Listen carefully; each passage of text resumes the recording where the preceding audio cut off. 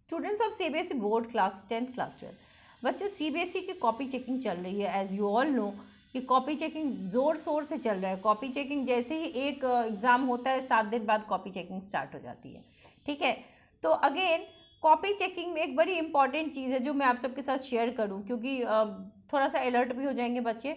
Copy checking में क्या होता है ना, सीबीएसई ने रूल्स बनाए हैं, उन रूल्स का पालन आपको करना होता है, ठीक है। तो एक वर्ड है अनफेयर मीन्स। अनफेयर मीन्स का भी बहुत बच्चों में देखा गया। जैसे कॉपी चेकिंग होती है, किन किन रीज़नों से अनफेयर मीन्स में आप चले जाते कैटेगरी में, ये आपको बताऊं। कुछ बच्चे क्या करते बेटा, मुझे कमेंट्स भी आए बच्चों के जो कहते हैं कि हमने आंसर शीट में पैसे रख दिए हैं। बेटा it is not allowed. Copy में अगर आप पैसे रखोगे तो आपकी कॉपी जो है अनफेयर मीन की कैटेगरी में चली जाएगी। सपोज मैं 20 कॉपी चेक कर रही हूँ, उसमें से अगर ऐसी कोई कॉपी मिल गई तो वो अलग से अलग कैटेगरी में चली जाएगी। एक अलग सेक्शन होगा अनफेयर मीन्स या डाउटफुल आंसर शीट्स की।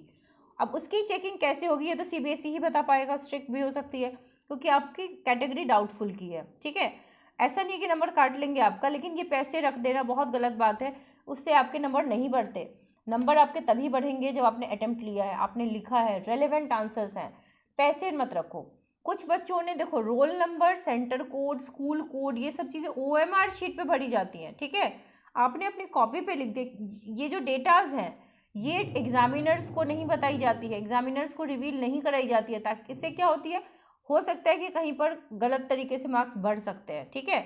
इस वजह से स्टूडेंट की प्राइवेसी मेंटेन की जाती है और आपका कोई भी डेटा इस तरीके से रिवील नहीं होता, कोई एग्जामिनर जान सके कि उसके पास कहाँ का पेपर आया है, कौन से सेंटर का, कौन से बच्चे का।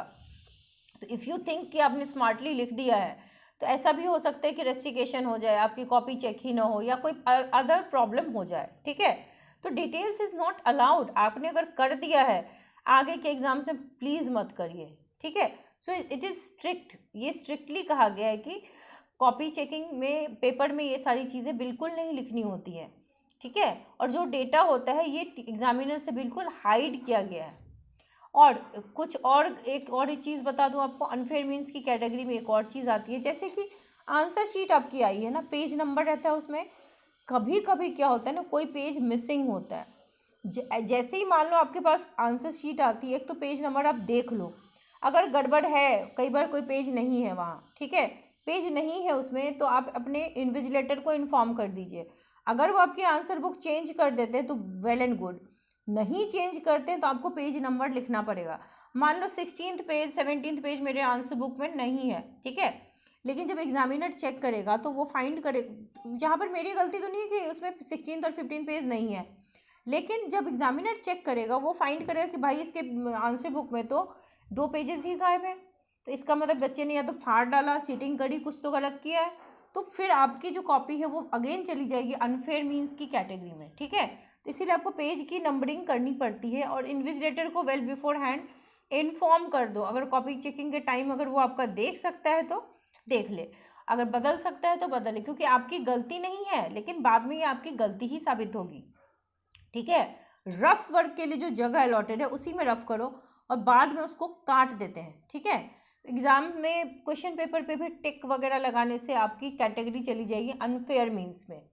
तो ये सारी चीज़ें नहीं करनी। और आंसर बुक में अपना पर्सनल डेटा बिल्कुल रिवील मत कीजिए, इससे आपका फ़ायदा नहीं बेटा, नुकसान हो जाएगा। हालांकि कॉपी चेकिंग आपकी बहुत बढ़िया तरीके से so taking some of your comments, किसी बच्चे ने लिखा है, यस प्रांशु ने लिखा है कि 10th में इंटरनल मार्क्स कितना मिलता है। बेटा इंटरनल मार्क्स 10th में अच्छे मिलते हैं, 18 से 20 के बीच ही आपका मार्क्स आएगा, क्योंकि फुल मार्क्स 20 है। अगर आपका रेपुटेशन अच्छा है, आपने अच्छे से एग्जाम्स वगैरह दिए हैं, पूरे साल आपका रेपुटेशन टीचर के साथ बहुत सही रहा है, तो 20 में 20 मिलेगा। थोड़ा बहुत 19-20 भी आपका रहा है, कई बार पेपर ख़राब भी गया है, कई बार अच्छा भी गया है, लेकिन आप गुड स्टूडेंट की कैटेगरी में हो तो भी आपको 19 मिलेगा। अगर आप बिलो एवरेज हो तो भी 18 तो 10th में मिल ही जाते हैं, ठीक। फैक्टिफाइड ज्ञान समीर ने लिखा है कि मैम 12th का स्टूडेंट हूँ और मेरा केमिस्ट्री पेपर अच्छा नहीं गया, 5 MCQs बनाए हैं एंड रिलेटेड थ्योरी लिखा है, तो टोटल 19 बन रहा है।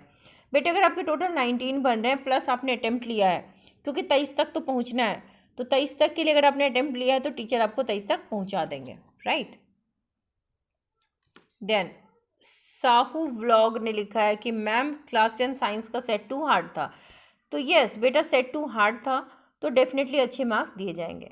किसी बच्चे ने पूछा है कि हर स्टेट में मॉडरेशन लगती है। यस बेटा, अगर पेपर डिफ़िकल्ट है, क्योंकि सीबीएसई हर एग्जामिनेशन सेंटर से फीडबैक लेती है, बेस्ड ऑन द सेंटर उसको बहुत अच्छे से पता चल जाता है कि कौन से सेंटर पे कितनी डिफ़िकल्टी है। Based on the difficulty level वो अपना एक फार्मूला होता है, मैथमेटिक्स लगाते हैं और उस हिसाब से मॉडरेशन लगा देते हैं। तो लगेगी तो हर जगह लगेगी, पेपर डिफ़िकल्ट था, जोन वाइज लगेगी लेकिन लग जाएगी। क्या मॉडरेशन थोड़े बहुत हर state? Yes. Set 2 was hard. Yes बेटा। नैन्सी ने लिखा है मैम मैंने 9 MCQs सही बनाए और कुछ क्वेश्चंस भी बनाए हैं नहीं हैं जो नहीं आता था, उसे डायग्राम वगैरह बना के 20 marks approximately total page fill किया। बेटा it is more than enough. अगर आपने 20 पेज फिल किया है एंड प्लस 9 MCQs किए हैं प्लस रेलेवेंट थ्योरीज की हैं तो you will definitely pass, but answer should be relevant. किसी बच्चे ने लिखा है मीडियम्स एस ने लिखा है कि हिंदी भी लेंदी थी। यस ये भी मैंने सुना कि Hindi was not difficult but it was too lengthy. CBSE ने फॉर्मेट चेंज किया है तो क्वेश्चन पेपर में इन डेप्थ अंडरस्टैंडिंग रिक्वायरमेंट हो रही है, आज से नहीं पिछले 2-3 साल से। और इस साल चूँकि कॉम्पिटेंसी बेस्ड क्वेश्चन 50% है तो paper has to be difficult, क्योंकि देखो मार्क्स जो अटेम्प्ट के मिलते हैं ना वो मिलते हैं शॉर्ट एंड लॉन्ग आंसर्स पे। शॉर्ट एंड लॉन्ग आंसर्स आपके बचे कितने हैं? सिर्फ 20% बचे हुए हैं।